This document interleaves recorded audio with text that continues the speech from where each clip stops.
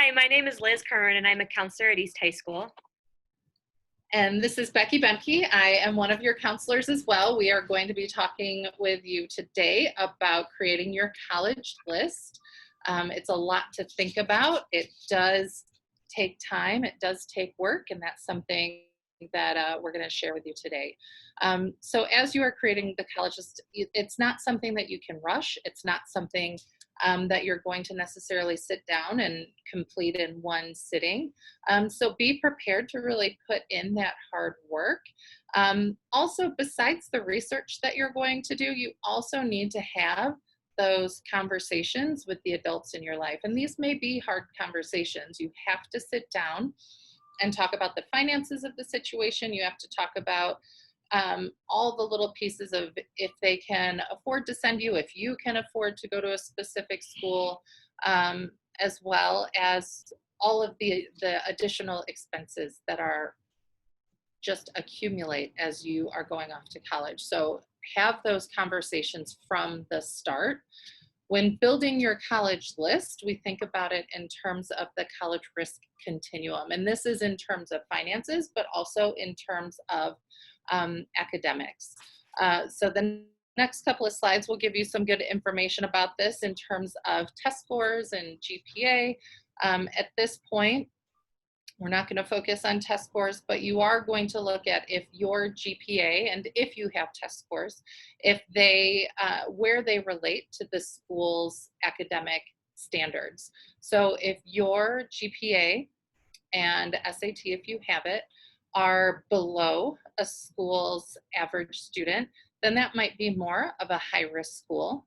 If you are right on track, that might be more of a medium risk school. If your GPA, SAT are well above or above the average student at that school, that might be a low risk school for you. So look at your schools that you're thinking of in terms of GPA, in terms of SAT. Again, if you have it, if not, that's not something that you want to worry about at this point. And similarly, think about it in terms of the finances. So a high-risk school is one where financially it will be a stretch to meet the expenses that are associated with that institution. So even with the exact financial aid package that you're looking for, it would still be a stretch to be there. Medium risk, maybe with the right financial aid package, support from family, any other additional scholarships you might be able to get, that might be more of a medium risk. And low risk is, you know that you'll be able to afford it despite the financial aid packages that you might receive. Okay, so you want to build your college list along that continuum. You don't want them all clumped on the high end or all on the low end. You really want your school spread out along that continuum in relation to finances and academic risk. And we have that information here. Feel free to look through. I see highly selective schools here are high-risk schools for everyone, even for the top students in the school. No matter what, those will still be high risk just because they accept such a low percentage of their applicants. And we'll just keep scrolling here. Feel free to come back and take a look at this, and then we'll move on to the next piece. And one quick thing to think about too is just because a school might be a high-risk school doesn't mean you shouldn't apply. I think every counselor in here is going to absolutely encourage you to still apply to that college.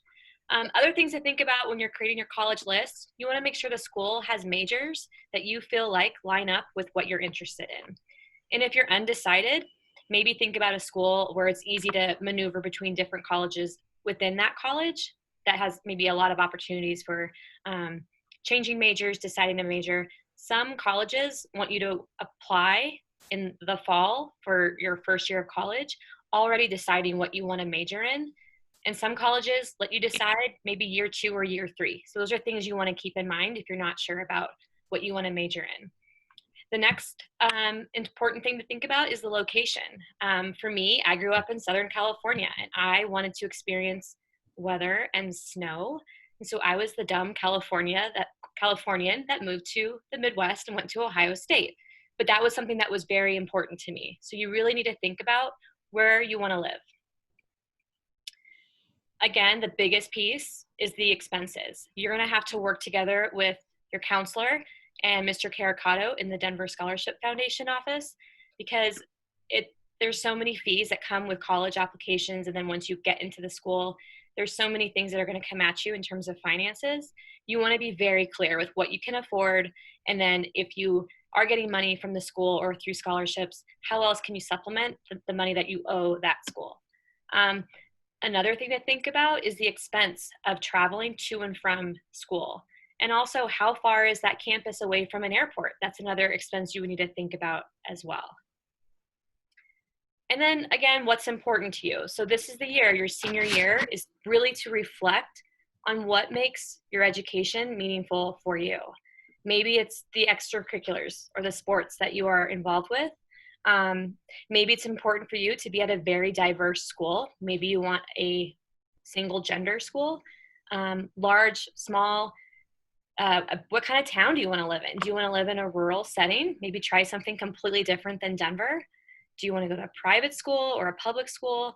Is an HBCU important to you? So right now, as you're making your list, you really want to pay attention to what stands out to you in terms of what you think about when you are going to college. A lot of kids ask the question of, I don't know what size school to go to. I can't picture a school that's only 2,000 people.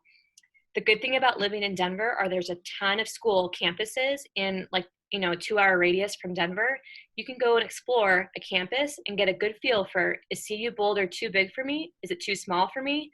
Is Colorado College in the Springs way too small for me? It's a little bit smaller than East High School, right?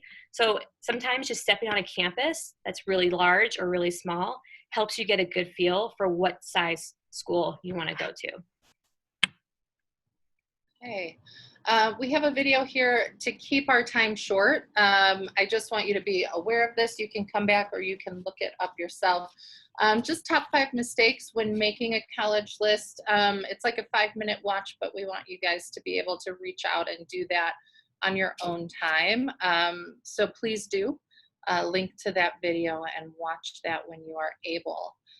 Moving on to online resources. So Maya Learning is our new Naviance, and we're pretty excited about it. There's some good resources and good tools in Maya. We have the login information here. It is also on your senior appointment note sheet, so you're able to link to it right there. So the login information is here. You should be able to get in there, no problem. If you have a problem, please reach out to your counselor. One of the nice things about Maya is that it really streamlines the search process. So if you click on universities from the menu, you can begin your search pretty much immediately. And the thing that I like about this is that you are able to really filter down to anything that's important to you, just like the list that Ms. Curran just went through, what those different preferences are and what your values are. You are able to really round down this search. And then if you are interested in any of the schools that pop up as you kind of dig in and do your research, you can click on the little heart icon. Don't know why it's always a heart, but it is. But click on that heart icon and it will save to your considering list. So that'll save you time so you're not duplicating your work. If you already know where you want to attend, you can do that as well under that university's link. Just enter that in, type it in, and then that will populate and you'll be able to, again, click on that little heart and you'll be able to save that to your considering list, okay? And then additional resources, we just have this listed for you here. These are some books. Of course, the Future Center is a place, not a book. But those are some books that students have told us are helpful in the past. We have them here. They have lists of schools, the College Finder, that you are able to search based on categories. So if there is one thing that is really important to you, you are able to search it by that category. And then the FISCI is really like the insider's look. So from a student's perspective, what is this like? What is it really like versus what does their website show you? And then of course the Future Center, Mr. Caricato and his colleagues from DSF are here. Whether you are here with us in person, they are still here to actively help you through this process. All right, and then if we're exploring, again, I really think that taking the time, digging into the Maya website, and As you save schools, you're able to dig into that school's information on Maya, but you're also then able to link to the college's website. Um, Always, the college's website will give you more information. It can just be a little bit tedious to navigate sometimes, so don't give up. Just keep kind of plugging away. You guys are all good at doing your searches. Watch vlogs and take virtual tours. So vlogs are virtual blogs, right? So you can do like a day in the life of a specific school. There are all kinds of vlogs. You just look for them online. But that is, again, kind of like that insider's view. So you know what it is actually like versus what the school is trying to market to you. Get on as many campuses as possible. Of course, we know that's not easy to do right now. And even if you can get on a campus, you're not necessarily getting a tour. But as much as you can, expose yourself to that. If you're not able to, we are in different times. Just make sure that you are connecting with those admissions reps. And we'll talk about that in just a minute. Again, you need to be talking to your parents, guardians, counselor, any trusted adult, mentor, coach. Talk to us about what your options are, about what you're thinking about. Really problem solve through and kind of weigh, pros and cons. What would be good for you? One of the most important is to not go to a school because your significant other is going to that school. I can't tell you how many times we have all heard of students going to a specific college because their partner is, and then, it's a big surprise, but then they break up. So just keep that in mind. Although you care about each other very much now, things may change. And you need to keep your bottom line, your goals as your focus. Again, connecting with college admission reps. I think this is more important this year than ever because they're not coming to East to meet with you, because there are not necessarily in-person college fairs. It is more important than ever to really connect with our region's college admission rep. These personnel, they actually read your applications. They have a say in your admissions process. So get to know them, reach out to them, tell them, like, I'm really bummed I'm not going to get to meet you at East this year. I'm really interested in your school. What can you share with me? And then when they respond to you, you follow up with them with an additional question, right? You need to engage with them so they get to know who Becky Bemke at East is. You want them to know that name and have that positive interaction with you. Watch for virtual college fairs and events. Of course, we wanted to do this in person before, but now we're not able to. So really keep your eyes on your email. That's one good way that you're going to get in touch with people. So this is a daunting task of what we're having you guys start to do. Reach out to us if you have questions or you need help, because we're all in this together. The first step would be just don't duplicate your work. That heart icon on the Maya account when you're looking at colleges is the easiest way to quickly make a list of schools that you're just thinking you might want to apply to. Another problem that we notice a lot with our students over the past couple of years is they begin to apply to colleges that they would never even go to. So if I know I don't want to step foot on a campus, I would never go to a campus, I don't know, maybe in Georgia for right now, I would not apply there because I know I would not want to go to school there, right? So don't apply to a school if you know you don't want to go there. And also, if you got into one of your schools, really think about, after you've applied, you get in, really think about, do I even want to go there? A lot of the times kids apply in the fall. They apply like October, November. And then when they find out they got in, they start actually really trying to envision whether they could be on that campus, and they realize this isn't for me, right?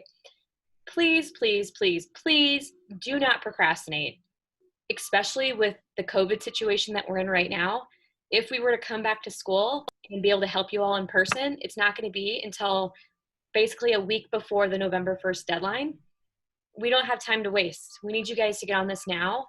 Use your time wisely. Start asking us questions. We want to help you as much as we can, but waiting till the last minute is going to cause a lot of unnecessary anxiety, and nobody wants to have to deal with that, right? So start getting organized now. A big date that we want you all to keep in mind is the Colorado Free Application Day. So if you're a student that's thinking you want to apply to schools early, which is typically October, November, you want to make sure that you're paying attention to October 13th.